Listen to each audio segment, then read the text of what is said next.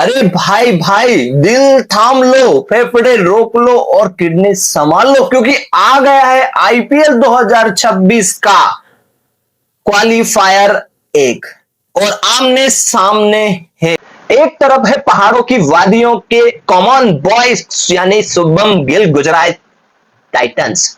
क्या सोच रहे हो भाई? वीडियो को लाइक करो, चैनल को सब्सक्राइब करो, खींच के रखो मीटर, ढील मत दिया करो। दूसरी तरफ है ए साला कप नाम दू यानी कि किंग कोहली, विराट कोहली यानी कि आरसीबी रॉयल चैलेंजर। सोचो बॉस, मैच हो रहा है धर्मशाला में पहाड़ों के बीच में, पर इतनी गर्मी है मैच की कि पहाड़ों की बर्फ भी पिघलने लग गई है। दोनों ही टीमें पॉइंट टेबल पर 18 पॉइंट का नंबर 1 और नंबर 2 पर फिनिश किया और सीना तान के आ गई है क्वालिफायर 1 में। और जो भी टीम यहां से जीता वो पहुंच जाएगा सीधा फाइनल में, यानी कि आरामदायक सोफे पर जाकर तमाशा देखेगा। और वो दूसरी तरफ जो टीम हारेगी उसको मिलेगा सेकंड चांस। पर टेंशन तो होगी ना भाई, टेंशन इतनी होगी इसका अंदाजा लगा नहीं सकते। तो इस फाइनल वीडियो में आप वीडियो आखिर तक देखिए, क्योंकि लास्ट में आपको बताने वाला हूं कि मैच के साथ साथ फाइनल कौन जाने वाला है। दिल थाम के बैठी। पॉइंट टेबल का गणित देखो बॉस, दोनों ही टीमें दोनों मैच जीतकर 18 पॉइंट के साथ नंबर 1 और नंबर 2 पे बैठी है। आरसीबी के लिए फायदा यह हुआ कि रन रेट की वजह से नंबर 1 पर पहुंचा दिया है, परंतु मैच कहां हो रहा है? धर्मशाला में। धर्मशाला यानी कि छोटी बाउंड्री, खूबसूरत ग्राउंड, और सबसे बड़ी बात क्या है, यहाँ की बाउंड्री के साथ साथ दर्शकों का भी दिल काफी। चलिए सबसे पहले बात कर लेते हैं दोनों ही टीमों के हेड टू हेड पर नजर डालते हैं। हेड टू हेड के हिसाब से अगर नजर डालें तो दोस्तों ओवरऑल दोनों ही टीमों ने 8 मैच अभी तक खेले, और 8 मैच के हिसाब से अगर एनालिसिस करें तो दोनों ही टीमों ने 4-4 जीते हैं। परंतु बात ये नहीं है दोस्त, बात स्पेशल ये है कि इस साल दोनों ने कितने मैच खेले। तो इस साल दोनों ने 1-2 मैच खेले हैं और दोनों ही बराबर। एक बार अपने घर में आरसीबी ने क्या हरा दिया, पर गुजराती वालों ने बोला भाई सब्र रखो, हम किसी से कम नहीं। और वही दूसरी बार जब अपने घर में आरसीबी को बुलाया तो 4 विकेटों से हराया। यानी कि दोनों ही टीमें इस साल तो बराबर कह सकते हैं कि कभी वो आगे तो कभी मैं आगे, यानी कि दोनों बराबर दिखाई दे रहे। और ओवरऑल 4-4 मैचेस जीत भी चुके हैं, तो ये कोई नहीं कह सकता कि ये मैच में सबसे आगे कौन है। तो चलिए आगे हेड टू हेड के बाद ये भी डिसाइड, दोनों के लास्ट 2 मैचों के हिसाब से थोड़ा सा पढ़ लेते हैं कि क्या सिनेरियो था। के दोनों मैचेस को थोड़ा सा पढ़ लेते हैं। पहला मैच खेला गया था बेंगलुरु में इस सीजन का, जीटी वर्सेस आरसीबी के बीच के। तो पहले मैच में टॉस जीता था आरसीबी ने, और टॉस जीतकर बैटिंग करने का बोल दिया कि चलो गुजराती हो बैटिंग करो। तो गुजरात ने पहले बैटिंग करते हुए 205 रन बना दिए, परंतु आरसीबी ने अच्छी बैटिंग करते विराट कोहली ने स्पेशली 81 रन बनाए थे और एक तरफा मैच अपने दम पे 5 विकेट से जीत लिया था। फिर गुजरातियों ने बोला कि भाई ऐसे काम नहीं चलेगा, चलो आओ अहमदाबाद में, और इस बार टॉस जीता गुजरात टाइटंस ने। और गुजरात टाइटन ने जैसे टॉस जीता आरसीबी को बोला जाओ बैटिंग करो, और गुजरातियों ने पूरा आरसीबी की बैटिंग लाइनअप का घमंड तोड़ दिया और 155 पे कर दिया, और वो मैच 4 विकेटों से जीत लिया। तो ये तो हो गई बराबर की बारी। चलिए अब सबसे पहले बात कर लेते हैं पिच रिपोर्ट की। पिच रिपोर्ट की बात करें दोस्तों तो सभी जानते हैं कि धर्मशाला का क्रिकेट स्टेडियम काफी खूबसूरत है। इस बार इस सेशन में लगभग यहां पर 3 मैच पंजाब ने खेले हैं, और इस सेशन के हिसाब से अगर यहां पर बात करें तो 3 में से 2 बार चेस करने वाली टीम जीत गई है। और कैसे जीती है? हारा हराए मैच जीत गई है। तो इस पिच का एवरेज स्कोर पर नजर डालें तो यहां का फर्स्ट बैटिंग का एवरेज स्कोर है 187 का, और अगर यहां पर सेकंड बैटिंग का एवरेज स्कोर की बात करें तो लगभग इतना ही है, यानी कि 180 के आसपास देख सकते हैं। यहाँ की बाउंड्रियां थोड़ी छोटी होती है पर पिच मजेदार होती है। यहाँ पर आउटफील्ड काफी तेज तर्रार होती है और बॉलर के लिए स्विंग भी मिलता है, पर ड्यू फैक्टर सबसे ज्यादा इंपॉर्टेंट होता है। जो भी टीम टॉस जीतेगी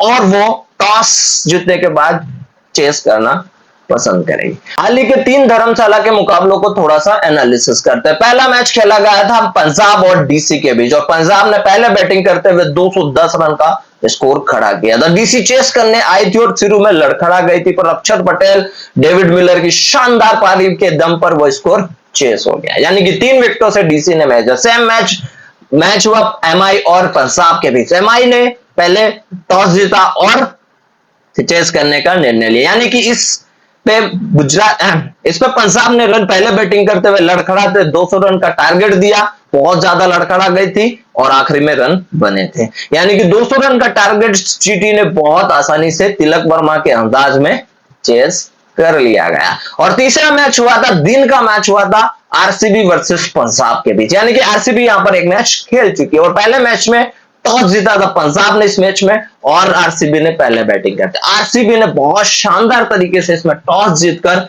इस 222 रन का स्कोर खड़ा किया और पंजाब की टीम चेस करने गई और 199 पर ही रुक गई, यानी कि ऑस सब कुछ निर्णय करने वाला है, यानी कि इस मैच में टॉस कौन जीता आगे मैं आपको बताने वाला। बात कर लेते हैं दोनों ही टीमों की प्लेइंग 11 पर। दोनों ही टीमों की अगर प्लेइंग 11 पर सबसे पहले नजर डाले तो आरसीबी की प्लेइंग 11 है, तो आरसीबी वाले खुश हो जाओ, आरसीबी वाले खुश हो जाओ, इसलिए बोल रहा हूं क्योंकि फिल शॉर्ट की वापसी हो गई है। पहले बात कर लेते हैं फिल शॉर्ट और विराट कोहली की, दोनों ही ओपनिंग करने हुए नजर आएंगे। फिर आएंगे देवदत्त पाटिकर, फिर रजत पाटीदार, फिर टीम डेविड और फिर वेंकटेश अय्यर और फिर रोमारियो सेफर्ड और कुणाल पांड्या, यानी कि बहुत खतरनाक बैटिंग लाइनअप हो गई है। अब बात कर लेते हैं बॉलिंग अटैक में, तो भुवनेश्वर कुमार, जोस हेजलवुड, कुणाल पांड्या और रसिक सलाम, ये बॉलिंग लाइनअप है और मिडिल सपोर्टिंग बॉलिंग लाइनअप में इन्हें आपको नजर आ सकते हैं। सुयश शर्मा इस मैच में नहीं, तो ये पूरे चांसेस है कि सुयश शर्मा ड्रॉप हो सकते हैं, यानी कि वेंकटेश अय्यर आपको इंपैक्ट प्लेयर के रूप में दिखाई दे सकते हैं। तो काफी तगड़ी बैटिंग के हिसाब से बहुत तगड़ी टीम है आरसीबी और सब कुछ बेहतर नजर आ रहा है। वही गुजरात जायंट्स की अगर प्लेइंग 11 पे डाले तो सेम टीम के साथ खेलती हुई नजर आ रही है, यानी कि उनके पास है ओपनिंग में साई सुदर्शन, शुभम गिल, जोस बटलर, उसके बाद सिंधु साहब है, साई सुदर्शन है, साई सुदर्शन के बाद राहुल तेवड़िया है, राहुल तेवड़िया के बाद सबसे बड़ा इंपैक्टफुल खिलाड़ी है जेसन होल्डर, उसके बाद मोहम्मद शमी है, केगिसो रबाडा है, राशिद खान है। कमाल की टीम दिखाई। बैटल की बात कर लेते हैं कि कौन से खिलाड़ियों जब आमने सामने होंगे तो त्राहिमाम होने वाला है। तो सबसे बड़ा इंपैक्टफुल है विराट कोहली और केगिसो रबाडा। केगिसो रबाडा इस सीजन में 24 विकेट ले चुके हैं और कमाल का बैटल और विराट कोहली को कई बार आउट कर चुके हैं। दूसरा सबसे बड़ा बैटल नजर आएगा फिल शॉर्ट और मोहम्मद सिराज का। तीसरे सबसे बड़ा आएगा आरसीबी का मिडिल ऑर्डर और राशिद खान। ये हो गई आरसीबी के टॉप बैटल की। वही बात करें जीटी के हिसाब से, तो जीटी के हिसाब से सबसे बड़ा बैटल नजर आने वाला है शुभम गिल वर्सेस जोस हेजलवुड। दूसरा सबसे बड़ा बैटल आएगा जोस बटलर और भुवनेश्वर कुमार और तीसरा सबसे इंपॉर्टेंट बैटल नजर आएगा रसिक सलाम और सबसे इंपॉर्टेंट चीज ये है कि रसिक सलाम के साथ जीटी का मिडल ऑर्डर। तो ये कमाल के बैटल नजर आने वाला है। चलिए आप आ जाते हैं प्रेडिक्शन पे, यानी कि इस मैच में टॉस आरसीबी जीतने वाला है, ये बात ध्यान से सुन लीजिएगा, यानी कि आरसीबी ये मैच में टॉस जीतेगा और जो टॉस जीतेगा उसके विनिंग होने के उतने ज्यादा चांसेस बन जाते हैं, लगभग 99% तक के चांस बन जाएगा। तो अभी तक की प्रेडिक्शन आंखों देखा लिए कि टॉस इस मैच में आरसीबी जीतने वाला है। और दूसरी फाइनल प्रेडिक्शन से पहले आपको बता दूं कि टेलीग्राम चैनल ज्वाइन कर लीजिए, साथ में वीडियो को लाइक कीजिए और चैनल को सब्सक्राइब करना ना भूलिए। फाइनल प्रेडिक्शन ये कहती है कि इस मैच में अगर आरसीबी परचेस करने आता है तो आरसीबी ये मैच जीत जाएगा, अगर जीटी चेस करने आया तो ये मैच जीटी जीत जाएगा।